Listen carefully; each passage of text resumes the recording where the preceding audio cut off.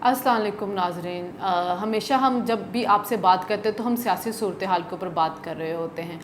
आज कुछ ऐसी बातों की तरफ आपकी तवज्जो दिलानी है जिससे ना सिर्फ हम लोगों की बल्कि आने वाली हमारी नस्लों की किस्मतें भी जुड़ी हुई हैं, ज़िंदगियाँ उनकी ख़तरे में पड़ सकती हैं। और वो वजह है पाकिस्तान के अंदर जो मौसमियाती तब्दीलियाँ आ रही हैं। देखें, बहुत पहले से ही वार्न किया जा रहा था कि पाकिस्तान के अंदर जो है मौसमियाती तब्दीलियाँ जो आएंगी वो बहुत बड़े पैमाने के ऊपर पाकिस्तान को नुकसान पहुंचा सकती हैं। और 2010 में एक सैलाब आया था जिसमें उस वक्त तखमीना लगाया गया था कि 10 अरब डॉलर का पाकिस्तान की मैशत को नुकसान हुआ है। आज जो सैलाब आया है इसका शुरू में जो तखमीना लगाया जा रहा था वो 10 अरब डॉलर था, लेकिन अब वो बढ़ के 20 अरब डॉलर पे पहुंच गया।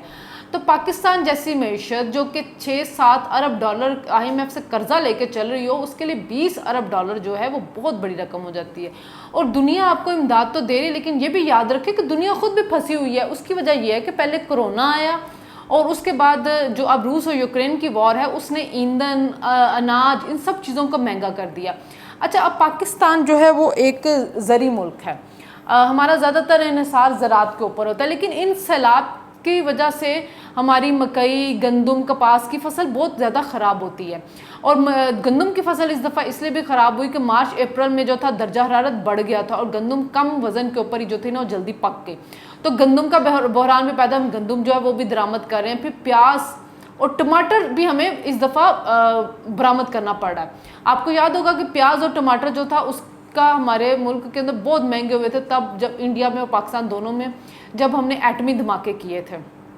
उसके बाद जाके अब प्याज और टमाटर इतने ज़्यादा महंगे हो गए हैं। अब चूँकि ईरान से और उधर से मंगवाए जा रहे हैं, अफ़गानिस्तान से, इंडिया से, तो जाहिर है हमने चीज़ को सियासत की नज़र कर दी। बल्कि आज मैं अभी एक खबर देख रही थी और मुझे बड़ा अफसोस हुआ कि सिपा सहाबा वालों ने ईरान से आने वाले जो है प्याज उसको भी लूट लिया कि जी काफिर का माल जो है वो हमारी मंडियों में नहीं पहुँचेगा। हम लोग इन चीज़ों से कब निकलेंगे? हम अपने लोगों की ज़िंदगियां ख़तरों में डाल रहे हैं, लेकिन इन सारी छोटी छोटी चीज़ों में और इन चीज़ों में हम फंसे हुए हैं। दुनिया कहाँ से कहाँ पहुँच गई, हम प्याज और टमाटर के काफिर और मुसलमान होने का अंदाज़ा लगाते फिर रहे हैं। तो बहरहाल जो बात करनी थी वो ये थी कि दुनिया में जो मौसमियाती तब्दीली उसमें पाकिस्तान का हिस्सा 1% होगा, लेकिन पाकिस्तान 5वां मुल्क बन गया जिस उससे मुतासिर हुआ।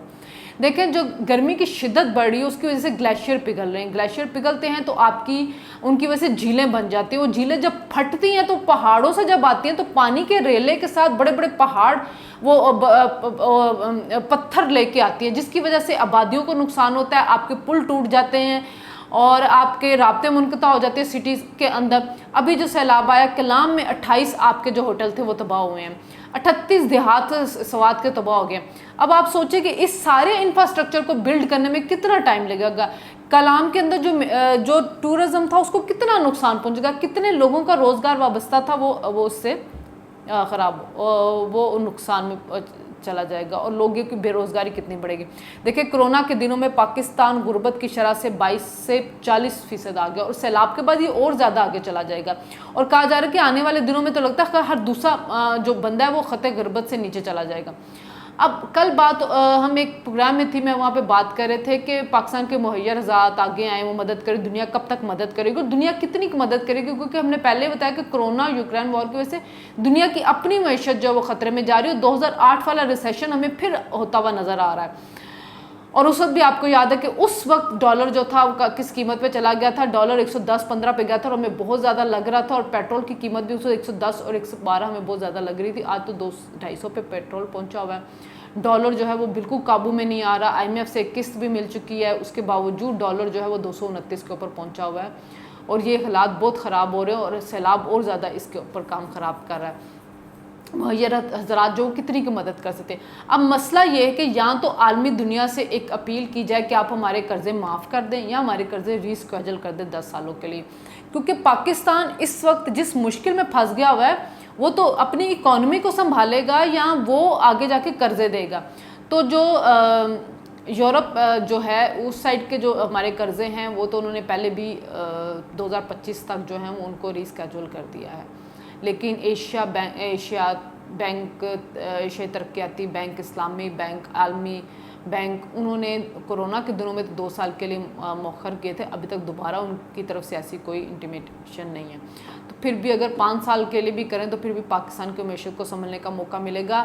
लेकिन कहा यह जा रहा है कि अभी पाकिस्तान में इतने अनाज के हालात ख़राब नहीं, लेकिन अगर सर्दियों में बारिश नहीं होती, गर्मियों में फिर सैलाब आ जाता तो पाकिस्तान में खुराक की किल्लत होनी शुरू हो जाएगी। देखें, जो हमारे मुल्क के अंदर जो पानी को लेके जो मैनेजमेंट है उसके ऊपर कभी, एक तो हमें बड़े बड़े डैमों के पीछे लगा दिया गया हुआ है, पूरी सियासत घूम रही है, कालाबाग डैम, महमद डैम, बादशाह डैम, बड़े बड़े डैम जो हैं वो आपके मसले का हल नहीं है। बड़े बड़े डैम जो होते हैं जब उनमें पानी की सतह बढ़ जाती है, आपको खोलना पड़ता है तो वो आपको नुकसान पहुंचाते हैं। मंडा डैम का हाल आप देख लें कि उसमें कितनी टूट फूट हुई और पूरा का पूरा नौशहरा बह गया था। तो बड़े बड़े डैम हमारा मसला नहीं, इनके ऊपर सियासत हो रही है।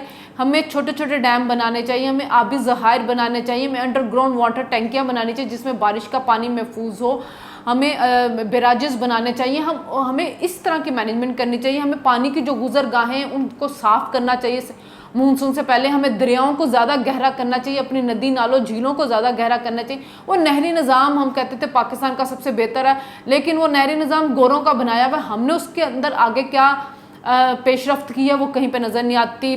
सारी काबिल काश ज़मीनों को काट काट के हमने हाउसिंग सोसाइटियाँ बना ली हैं, दरियाओं के किनारे हमने आबादियाँ बना दी हैं।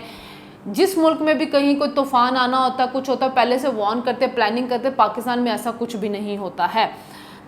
तो मसला ये है कि मैनेजमेंट, जो हम अब ये अरबों रुपया लगाएंगे वही इंफ्रास्ट्रक्चर जो पहले बना हुआ था उसको बिल्ड करने में, तो जो तरक्याती काम और करने थे वो तो अब होंगे ही नहीं। अगर कहीं पे सोचा जाता था कि ये सड़क बन जाएगी, कहीं नई सड़क बना दी जाएगी, कहीं नया पुल बनाए, वो नहीं होगा। अब तो आप जो पहले बने हुए तबाह हुए उनको करना पड़ेगा। तो अगर बारिशें सर्दियों में नहीं होती और गर्मियों में जो है वो आपकी फिर सैलाब आ जाते तो अजनास की बहुत कमी होगी। देखिए, मानसून जो है ना वो रहमत भी बन सकता था, इस मुल्क में ज़हमत बना दिया जाता है क्योंकि हमने पानी का कोई इंतज़ाम नहीं करते हैं।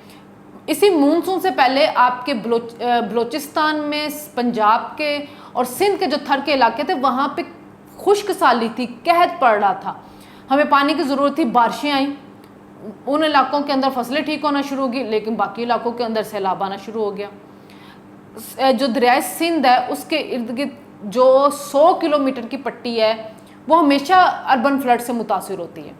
अच्छा, वहाँ पे जो आपकी फैक्ट्रियाँ हैं, जो आपके घर हैं, कारखाने हैं, वो तबाह होते हैं। तो जो 70 साल की मिस मैनेजमेंट है, खुदा के लिए इसके ऊपर सारी हुकूमतें मिल बैठें, कोई प्लान बनाएं, आइंदा आने वाले चीज़ों के लिए कुछ करें, वरना इस मुल्क के अंदर जो आपके कहत का आएगा वो परेशानी, उसको संभाल नहीं सकेंगे आप। इमदाद और कर्ज़े पे चलने वाली आपकी मईशत है, तो उसमें से कहाँ से आप निकालेंगे कि आप हर साल सैलाब का मुकाबला कर सको? कितनी का आप अजनास दरामद करेंगे कि दुनिया को भी अपने लिए जो है चाहिए होगी, आपके लिए तो कितनी को पैदा करें कि आपको भी दें।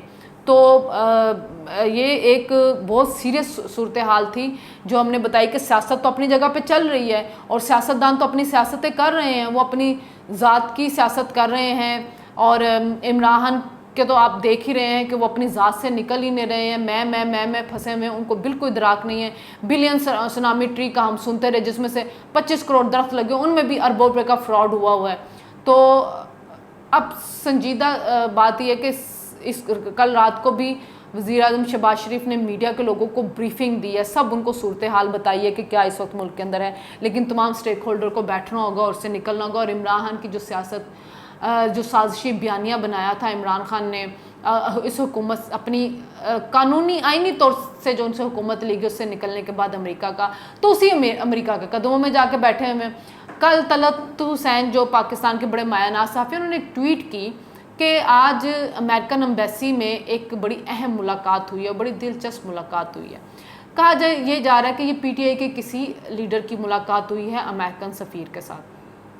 तो एक तरफ तो हमें खुददारी का सबक पढ़ाया जा रहा है, अमेरिका से आज़ादी के नारे लगाए जा रहे हैं, हमें बताया जा रहा है कि ला इलाहा इल्लल्लाह का मतलब क्या है। दूसरी तरफ उन्हीं अमेरिका के कदमों में आप जाकर झुके हुए, 25,000 अरब डॉलर दे के आप लॉबिंग कर रहे हैं और जाके आप वहाँ पे अपने अमरीकी हुकूमत के साथ ताल्लुकात बेहतर करने की कोशिश करें और सबक पढ़ाते हैं ला इलाहा इल्लल्लाह का मतलब क्या है, आज़ादी, खुददारी। और लोग भी कहते हैं पहली दफ़ा एक हुक्मरान है जिसने अमेरिका से टक्कर ली। तो इमरान के फॉलोअर्स, हमने पहले भी कहा, कल्ट है ना, कल्ट जो होती है ना, उनकी आंखों पे और दिमाग जो होते हैं बंद होते हैं, तो उन पे कोई वो कभी भी सोचते नहीं हैं, उनको जो बता दिया जाता है वो उस पर अमल करते रहते हैं। और इसके लिए आप बेहतर है कि आप जॉर्ज ऑरवेल का नावल 1984 ज़रूर पढ़ लें, तो आपको समझ आ जाएगी कि कल्ट क्या होता है और उनके दिमाग कैसे बंद किए जाते हैं। बहरहाल जो आज़ादी और का इनकलाब का नारा लगाने वाले अमरीकी कदमों में जाके फिर बैठ गए हैं, और उस मीटिंग की मज़ीद डिटेल जब आप सामने आएगी तो हम आपको ज़रूर बताएंगे।